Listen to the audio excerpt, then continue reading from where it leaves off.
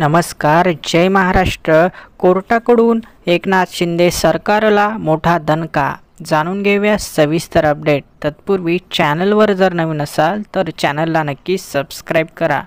बदलापुरातील शाळेत शिकणाऱ्या 2 चिमुकल्यांवर लैंगिक अत्याचार झाल्याच्या धक्कादायक घटना समोर आली होती। या घटनेचा पडसाद संपूर्ण महाराष्ट्रात उमटताना दिसत आहे। या प्रकरणी आरोपी अक्षय शिंदेला 24 ऑगस्टपर्यंत पोलीस कोठडी सुनावण्यात आली आहे।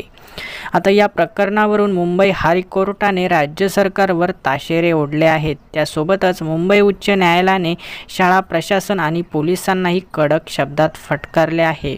बदलापूर लैंगिक अत्याचाराप्रकरणी मुंबई हायकोर्टाने सुमोटो याचिका दाखल करून घेतली होती। यानंतर आज बदलापूरमध्ये घडलेल्या प्रकरणाची सुनावणी पार पडली।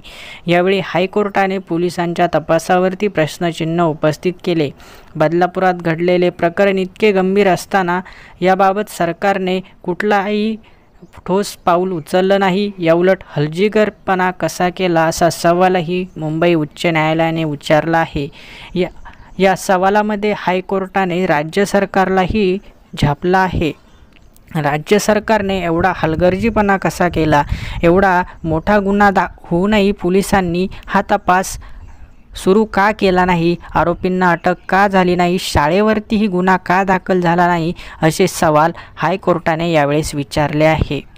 याबाबत पुढील सुनावणी लवकरच पार पडणार आहे। आता सरकार ॲक्शन मोडवर आलेलं दिसत आहे आणि लवकरच याबाबत मोठी सुनावणी होण्याची शक्यता आहे।